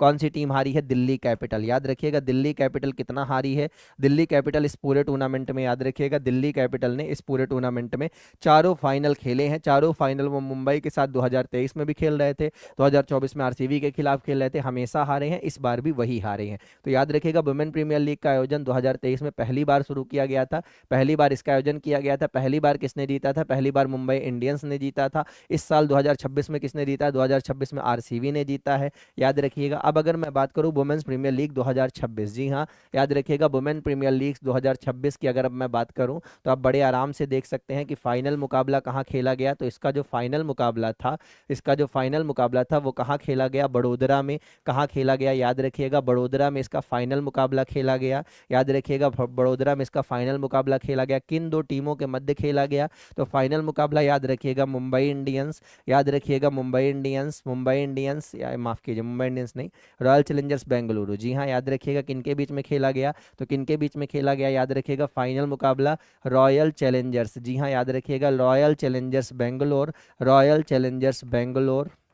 चैलेंजर्स बेंगलोर, जिसे आप आरसीबी कहोगे निकनेम के रूप में, याद रखिएगा। और ये किनके बीच में? तो मुंबई इंडियंस के बीच में खेला गया। किसके बीच में खेला गया? मुंबई इंडियंस के बीच में खेला गया, याद रखिएगा मुंबई इंडियंस यानी एमआई, माफ कीजिएगा, दिल्ली कैपिटल, याद रख किनके बीच में खेला गया? तो दिल्ली कैपिटल के बीच में खेला गया। किसके बीच में खेला गया? दिल्ली कैपिटल्स के बीच में खेला गया, याद रखिएगा दिल्ली कैपिटल्स के बीच में खेला गया, याद रखिएगा डीसी के बीच में खेला गया था। फाइनल मुकाबला रॉयल चैलेंजर्स बेंगलुरु की कप्तान, बहुत इंपॉर्टेंट है, कप्तान का नाम जरूर याद रखिएगा। रॉयल चैलेंजर्स बेंगलुरु की कप्तान का नाम क्या था? स्मृति मंधाना, याद रखिएगा क्या नाम था इनका? स्मृति मंधाना, याद रखिएगा स्मृति मंधाना रॉयल चैलेंजर्स बेंगलुरु की टीम की कप्तान थी, ये याद रखना है। जबकि दिल्ली कैपिटल्स की टीम की कप्तान कौन थी? तो जेमिमा रोड्रिग्स, याद रखिएगा कौन थी? याद रखिएगा जेमिमा रोड्रिग्स, याद रखिएगा जेमिमा रोड्रिग्स कौन थी? जेमिमा रोड्रिग्स, याद रखिएगा जेमिमा रोड्रिग्स दिल्ली कैपिटल की कप्तान थी। तो फाइनल मुकाबला किनके बीच में खेला गया था? फाइनल मुकाबला आरसीबी और दिल्ली कैपिटल के बीच में वडोदरा के मैदान में खेला गया, याद रखिएगा। जहां रॉयल चैलेंजर्स बेंगलुरु की कप्तान कौन थी? स्मृति मंधाना थी। आरसीबी की कप्तान का नाम क्या था? आरसीबी की कप्तान का नाम याद रखिएगा, आरसीबी की कप्तान का नाम क्या था? आरसीबी की कप्तान का नाम स्मृति मंधाना, और दिल्ली कैपिटल की कप्तान का नाम जेमिमा रोड्रिग्स था, याद रखिएगा। दिल्ली कैपिटल ने फाइनल में कुल कितने रन बनाए थे? तो दिल्ली कैपिटल ने, याद रखिएगा, 203 रन 4 विकेट के नुकसान पर बनाए थे, याद रखिएगा 203 रन 4 विकेट के नुकसान पर बनाए थे। पर आरसीबी ने यह लक्ष्य कब हासिल कर लिया? तो याद रखिएगा आरसीबी ने यह लक्ष्य, याद रखिएगा 203 रन आरसीबी ने, याद रखिएगा आरसीबी ने 203 रन 19.4 गेंदों में, याद रखिएगा आरसीबी ने 204 रन बनाए 19.4 गेंदों में, याद रखिएगा 19.4 यानी 19 ओवर की चौथी गेंद में आरसीबी ने इस मुकाबले को जीत लिया। और आरसीबी ने, याद रखिएगा आरसीबी ने दूसरी बार, याद रखिएगा आरसीबी ने दूसरी बार वुमेन प्रीमियर लीग को जीत लिया है। तो याद रखिएगा वुमेन प्रीमियर लीग को कितने बार आरसीबी ने जीता है? 2 बार।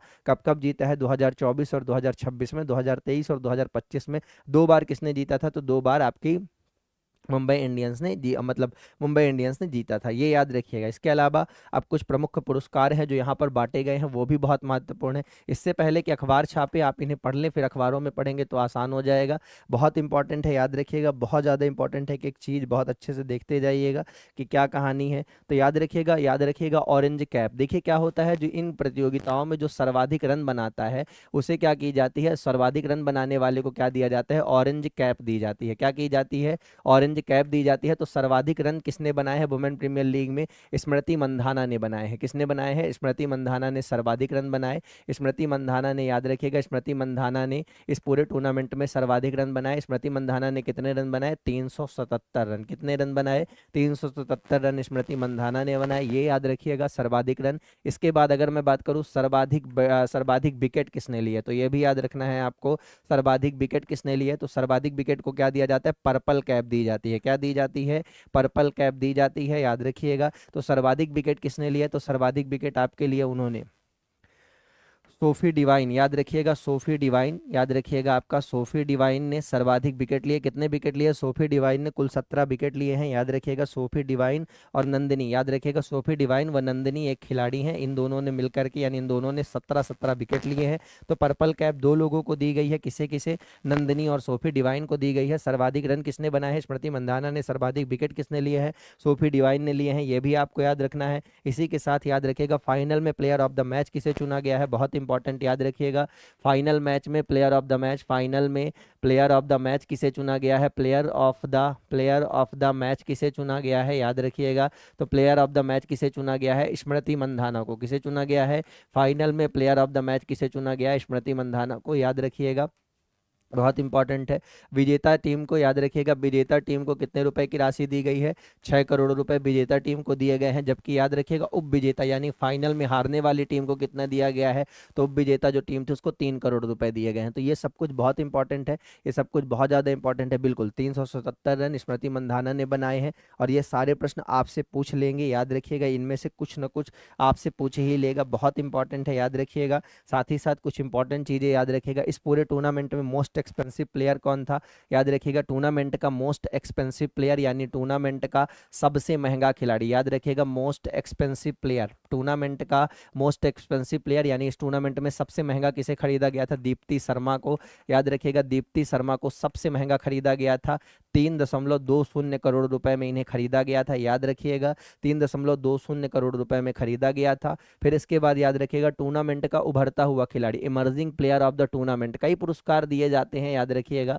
तो emerging player of the tournament, emerging player of tournament किसे चुना गया है? तो याद रखिएगा emerging player of tournament, emerging player of tournament किसे चुना गया है? नंदिनी शर्मा को। किसे चुना गया है? नंदिनी शर्मा को emerging player of the tournament चुना गया है। जबकि याद रखिएगा मोस्ट वैल्यूएबल प्लेयर किसे चुना गया है? याद रखना है आपको, मोस्ट वैल्यूएबल प्लेयर किसे चुना गया है? तो मोस्ट वैल्यूएबल प्लेयर चुना गया है सोफी डिवाइन को। किसे चुना गया है? मोस्ट वैल्यूएबल प्लेयर किसे चुना गया है? सोफी डिवाइन को। याद रखिएगा मोस्ट वैल्यूएबल प्लेयर किसे चुना गया है? सोफी डिवाइन को चुना गया है, ये याद रखिएगा कि सोफी डिवाइन को चुना गया है। फेयर प्ले अवार्ड किसे दिया गया है? फेयर प्ले अवार्ड दिया गया है मुंबई इंडियंस को। किसे दिया गया है? Fair play award, fair play award किसे दिया गया है? फेयर प्ले अवार्ड दिया गया है मुंबई इंडियंस को दिया गया है। किसे दिया गया है? फेयर प्ले अवार्ड याद रखिएगा मुंबई इंडियंस को दिया गया है। ये भी बहुत महत्वपूर्ण है कि याद रखिएगा फेयर प्ले अवार्ड किसे दिया गया?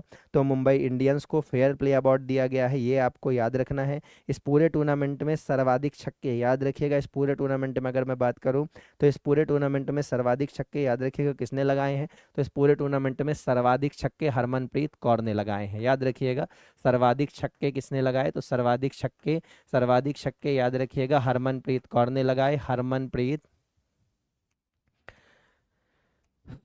सर्वाधिक छक्के किसने लगाए? हरमनप्रीत कौर ने लगाए, याद रखिएगा हरमनप्रीत कौर ने लगाए सर्वाधिक छक्के। उन्होंने कितने छक्के लगाए? इस पूरे टूर्नामेंट में उन्होंने 13 छक्के लगाए हैं। तो ये महत्वपूर्ण था। वुमेन प्रीमियर लीग आपसे जरूर प्रश्न पूछेगा, बिल्कुल याद रखिएगा। बिल्कुल 3 करोड़ 20 लाख रुपए में उन्हें खरीदा गया था दीप्ति शर्मा को। ये सारी जानकारी वुमेन प्रीमियर लीग की थी, कब से शुरू हुआ है, क्या कहानी है, कैसे कैसे हुआ है, ये सब कुछ याद कर लीजिएगा, ये सब कुछ याद कर लीजिएगा। यहाँ से प्रश्न निश्चित रूप से एक बनेगा आपकी परीक्षा में और वो प्रश्न आपको परेशान करेगा। तो इससे पहले कि वो प्रश्न आपको परेशान करे, आप उस प्रश्न का उत्तर दे दो। तो अब बताइए वुमेन प्रीमियर लीग के फाइनल मैच का आयोजन कहाँ किया गया था? बताइए जल्दी से। दुष्यंत मारावी जी, स्वाति शुक्ला जी, सभी लोग जो जुड़े हुए हैं, सभी विद्यार्थी जल्दी जल्दी आंसर देंगे। वुमेन प्रीमियर लीग का फाइनल मैच का आयोजन कहाँ किया गया था? डी.वाई. पाटिल स्टेडियम नवी मुंबई में, कोटाम्बी स्टेडियम BCA बड़ोदरा में, ये M. चिन्नास्वामी स्टेडियम बेंगलुरु में, अरुण जेटली स्टेडियम दिल्ली। देखिए याद रखिएगा ये जो महिलाओं का क्रिकेट होता है, इनके जो मैदान होते हैं पुरुषों के कंपैरिजन में थोड़ा छोटे होते हैं। तो ये दोनों पुरुषों के मैदान है। M. चिन्नास्वामी हालांकि छोटा मैदान है, बेंगलुरु का मैदान बहुत छोटा है, रोहित शर्मा का 200 पहला इस यहीं आया था। याद रखिएगा बेंगलुरु का मैदान बहुत छोटा है, बहुत लंबे लंबे छक्के यहाँ जाते हैं, तो इसमें तो हो ही नहीं सकता। और ये अरुण जेटली स्टेडियम का पुराना नाम फिरोज शाह कोटला था, याद रखिएगा इसका पुराना नाम फिरोज शाह कोटला नई दिल्ली था। अब इसका नाम बदल करके अरुण जेटली स्टेडियम कर दिया गया है। अरुण जेटली कौन थे? भारत के पूर्व वित्त मंत्री, याद रखिएगा 2014 से 2019 तक मोदी सरकार की पहली सरकार में, मोदी जी की पहली सरकार में वही वित्त मंत्री थे, याद रखिएगा। तो आंसर क्या दिया है? रमेश्वर रमेश्वर रमेश्वर लोढ़ी जी, ठीक है, रामस्वरूप लोढ़ी जी। जी हाँ, याद रखिएगा आंसर क्या है इसका? Kotambi stadium BCA Vadodara. बहुत महत्वपूर्ण, याद रखिएगा बहुत महत्वपूर्ण। अब देखिए बहुत सारा करंट अफेयर्स ऐसा है जो मैं चूज कर करके पढ़ा रहा हूँ, पर कल की क्लास में रिवीजन बाद में होगा, रिवीजन बाद में होगा, पहले मैं क्लास पढ़ाऊंगा उसके बाद ही रिवीजन करवाऊंगा, याद रखिएगा। तो ये कुछ महत्वपूर्ण चीज़ें हैं और इसके साथ ही साथ देखिए क्या है, राज्यसभा में कुछ जानकारी साझा की गई है, राज्यसभा में कुछ महत्वपूर्ण जानकारी साझा की गई है जो कि आपको जानने के लिए बहुत इंपॉर्टेंट है, याद रखिएगा। तो वो जानकारी क्या है उसके बारे में भी आपसे बात करते हैं, ये सब कल होगा, आप कल की क्लास में सब करेंगे। या ये इंपॉर्टेंट है। देखिए याद रखिएगा हाल ही में क्या हुआ है, हाल ही में राज्यसभा में किसी ने मंत्री जी से प्रश्न पूछा था, भारत के मंत्री जी से किसी ने प्रश्न पूछा था। क्योंकि देखिए अगर आप बात करेंगे तो संसद की कार्यवाही आराम से यहाँ पे देख लीजिएगा, अगर इसे भी आपको देखना है, यहाँ पे भी अगर कोई समस्या होती है तो आप देख सकते हैं। संसद की कार्यवाही की अगर मैं बात करूँ, इस समय जैसे संसद का सत्र चल रहा है तो संसद की कार्यवाही होती है। याद रखिएगा संसद की कार्यवाही होती है। संसद की कार्यवाही कैसे शुरू होती है, देखिए जनरली याद रखिएगा, संसद याद रखिएगा आपके कितने बजे से कितने बजे तक शुरू होती है। तो संसद याद रखिएगा सुबह के 11 बजे शुरू होती है। 11 बजे से याद रखिएगा 11 बजे से 12 बजे तक, याद रखिएगा ये जो आपका पहला घंटा होता है संसद का, या जो 11 से 12 बजे का पहला घंटा होता है। फिर उसके बाद क्या होता है आपका 12 से 1 बजे तक, याद रखिएगा एक ये टाइम होता है। फिर 1 से 2 बजे तक क्या होता है, 1 से 2 बजे तक लंच होता है संसद में। फिर 2 बजे से 4 बजे तक मुक्कालात चलते रहते हैं। तो फिर 2 बजे से 6 बजे 4 बजे लड़ते मरते रहते हैं, उनका अपना काम है। याद रखिएगा संसद का जो पहला घंटा होता है उसे क्या कहा जाता है, उसे प्रश्नकाल कहा जाता है। क्या कहा जाता है, प्रश्नकाल, क्वेश्चन आवर कहा जाता है। जहां पर क्या होता है, जहां पर प्राइवेट मेंबर, याद रखिएगा पब्लिक मेंबर से क्या पूछते हैं, प्रश्न पूछते हैं। रामस्वरूप लोधी नाम है सर जी। हाँ वो थोड़ा सा क्या है ना, यहाँ पर पूरा नाम एक साथ आता है विद्यार्थी, तो क्या होता है कि जब पूरा नाम एक साथ आता है तो पढ़ने में सुविधा होती है और बहुत कम समय में पढ़ना होता है। बिल्कुल रामस्वरूप लोधी पूरा नाम जी, रामस्वरूप जी माफ़ कीजिएगा।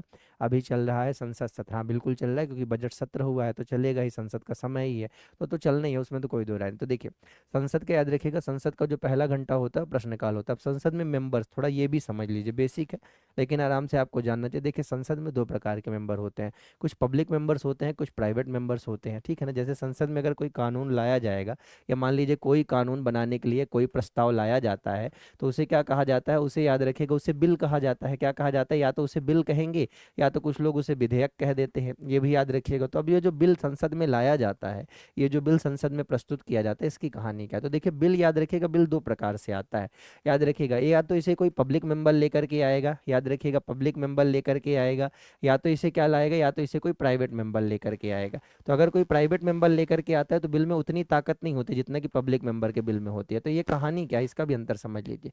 देखिए अगर मान लीजिए कोई ऐसा बिल है या कोई ऐसा प्रस्ताव है जो याद रखिएगा प्रधानमंत्री व इसके किसी मंत्री के द्वारा लाया गया है, तो उस बिल को क्या बोलेंगे, उस बिल को हम सार्वजनिक बिल बोलेंगे या पब्लिक मेंबर बिल बोलेंगे। बात समझ में आ रही है ना।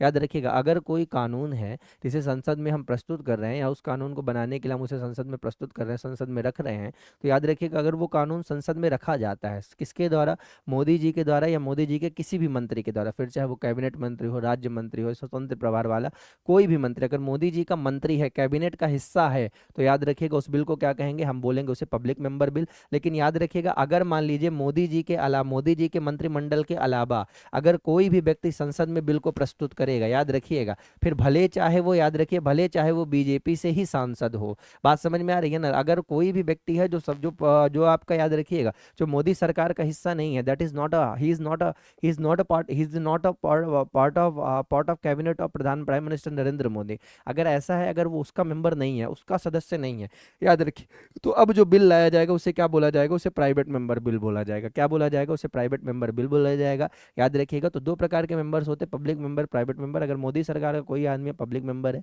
अगर कोई भी आदमी है तो याद रखिएगा उसे प्राइवेट मेंबर कहा जाता है। तो ये कॉन्सेप्ट याद रखिएगा, इंपॉर्टेंट है। अब देखिए संसद का पहला घंटा होता है प्रश्नकाल। प्रश्नकाल में 3 प्रकार के प्रश्न पूछे जाते हैं। कितने प्रकार के प्रश्न पूछे जाते हैं, 3 प्रकार के, याद रखिएगा। सबसे पहले पूछे जाते हैं तारांकित प्रश्न, याद रखिएगा तारांकित प्रश्न।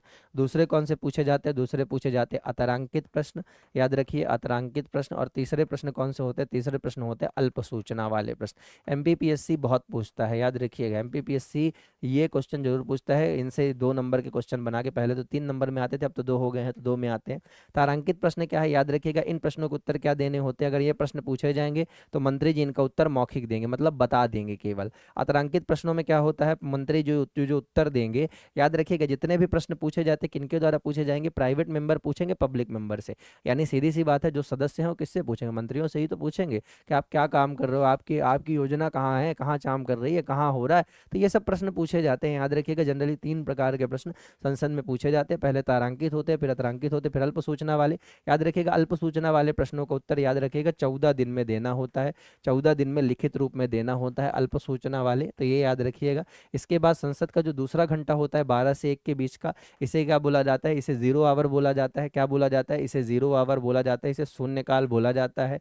ये याद रखिएगा 12 से 1 के बीच का जो समय होता है शून्यकाल होता है। इसमें क्या होता है, इसमें याद रखिएगा, इसमें कोई भी व्यक्ति किसी ऐसे मुद्दे को बिठाता है, वो ऐसे मुद्दे को उठाता है जो संसद के, याद रखिएगा, जो संसद में किसी मंत्री के अधीन नहीं होता या किसी मंत्री की दृष्टि में नहीं पड़ता, तो फिर ऐसे मुद्दों को उठाया जाता है। तो ये महत्वपूर्ण है, इसे आपको याद रखना है। पर उससे भी महत्वपूर्ण ये है, देखिए याद रखिएगा, हाल ही में राष्ट्रीय आंकड़ों के अनुसार राष्ट्रीय स्तर पर जन्म के समय लिंगानुपात, जन्म के समय लिंगानुपात की बात अगर मैं करूं तो लिंगानुपात का मतलब क्या होता है, पहले वो समझ लीजिए, फिर इसे समझने में आसानी होगी। लिंगानुपात को क्या बोलते हैं, लिंगानुपात को हम बोलते हैं सेक्स रेशियो। क्या बोलते हैं, लिंगानुपात को हम बोलते हैं सेक्स रेशियो। याद रखिएगा कल भी एक क्लास होगी, सेम क्लास कल भी रिवाइज होगी, उसके बाद फिर साप्ताहिक रिवीजन अगर हुआ तो हुआ, नहीं हुआ तो अगली बार होगा, क्योंकि कक्षा सही से नहीं चल पाई है, ठीक है ना, बहुत ज़्यादा टेक्निकल इशू था।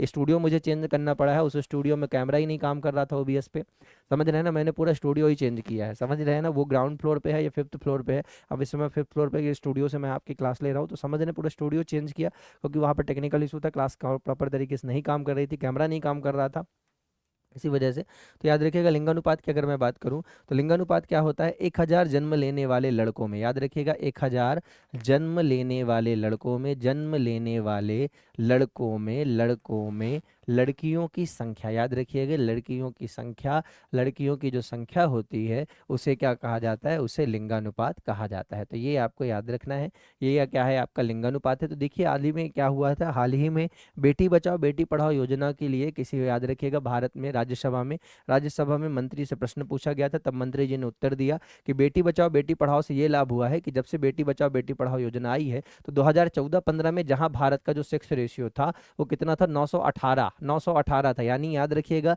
अगर 1000 बच्चे जन्म लेते थे तो उसमें से याद रखिएगा 1000 पुरुषों, जब 1000 लड़के जन्म लेते थे तो उनके एवज में 918 लड़कियां जन्म लेती थे। लेकिन अब ये है कि बेटी बचाओ बेटी पढ़ाओ योजना से क्या हुआ है, भारत के शिशु लिंगानुपात में, याद रखिएगा जन्म के समय लिंगानुपात में, यानी चाइल्ड सेक्स रेशियो में याद रखिएगा चाइल्ड सेक्स रेशियो में क्या हुई है, वृद्धि हुई है। और अब यह दर कितनी है, याद रखिएगा अब 2024-25 में यह बढ़ करके 929 हो गया है। ये जवाब दे रहे थे राज्यसभा में मंत्री जी, तब उन्होंने इसका उत्तर दिया। तो ये आपको याद रखना है कि वर्तमान में कितना है, मैं नहीं कह रहा, मंत्री जी ने कहा है, तो आपको याद रखना है कितना है, 929। जी हाँ, याद रखिएगा 929 है, ये आपको याद रखना बहुत इंपॉर्टेंट है, वेरी वेरी इंपॉर्टेंट। मंत्री जी ने कहा, और मंत्री जी ने अभी आवास जो आपके शहरी आवास मंत्री, उनसे भी पूछा कि आपने कितने आवास बनाए, तो बहुत सारे प्रश्न, बहुत सारी चीज़ें पूछी गई है, तो आप उनको देखिएगा, आराम से समझना है आपको। बाकी अब इस कक्षा को मैं विराम दूंगा, क्योंकि अब कल मैं मिलूंगा आपसे। बाकी गोलगप्पों की तरफ चलते हैं, गोलगप्पे देख लेते हैं।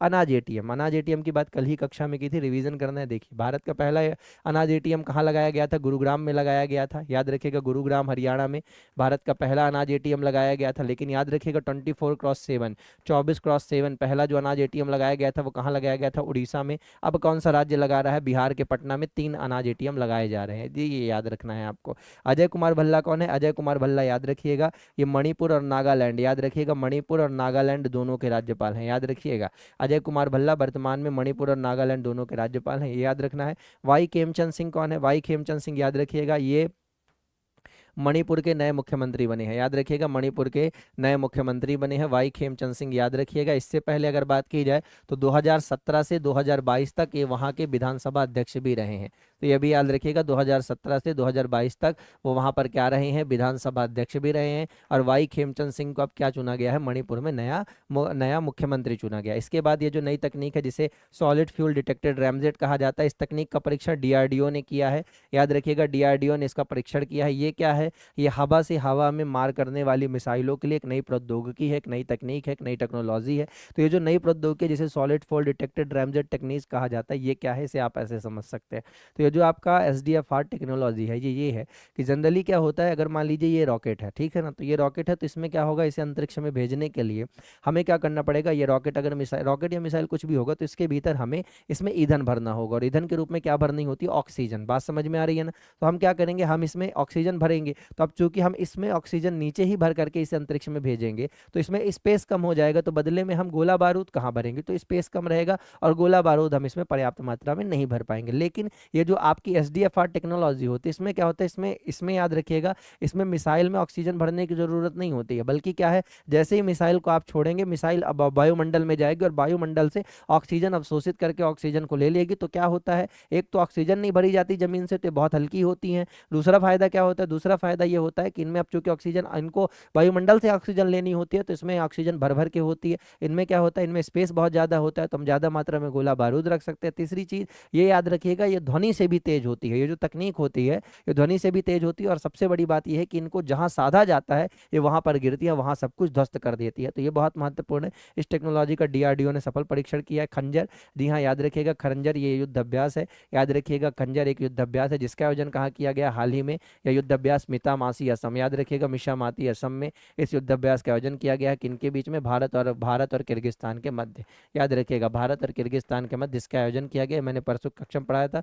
स्वच्छता पखवाड़ा, स्वच्छता पखवाड़ा कब से कब तक चलाया गया था, 17 सितंबर से 2 अक्टूबर तक चलाया गया था। और इसमें पहला स्थान किसे मिला है, पारादीप बंदरगाह को। तो ये याद रखिएगा, पारादीप बंदरगाह को पहला स्थान मिला है, ये याद रखना है आपको। इसके बाद राइड हेलिंग प्लेटफॉर्म, जी हाँ, भारत का पहला राइड हेलिंग प्लेटफॉर्म अगर मैं बात करूँ तो भारत का जो पहला प्राइवेट राइड हेलिंग प्लेटफॉर्म वो तो ओला था। लेकिन याद रखिएगा, गृह एवं सहकारिता मंत्री अमित शाह जी ने भारत के पहले राइड हेलिंग प्लेटफॉर्म का शुभारंभ किया है, जिसका नाम क्या है, भारत टैक्सी। जी हाँ याद रखिएगा, भारत टैक्सी इसका नाम दिया गया। ऑस्ट्रेलियन ओपन, ऑस्ट्रेलियन ओपन आप जान रहे हैं, ऑस्ट्रेलियन ओपन की अगर मैं बात करूं तो ऑस्ट्रेलियन ओपन में पुरुष सिंगल्स का खिताब किसने जीता है, पुरुष सिंगल्स का खिताब जीता है कार्लोस अल्कराज ने। किसने जीता है, पुरुष सिंगल्स का खिताब जीता है कार्लोस अल्कराज ने, कार्लोस अल्कराज ने, याद रखिएगा, सर्बिया के नोवाक जोकोविच को हरा करके। जबकि अगर मैं महिला सिंगल्स की बात करूं तो एरिना, याद रखिएगा, एरिना रिवनिका ने जीता है, एरिना रिवनिका ने जीता है। इनका संबंध कहाँ से है, इनका संबंध कजाकिस्तान से। तो ये भी महत्वपूर्ण है, ये सब कुछ आपकी परीक्षाओं में पूछे जाएंगे।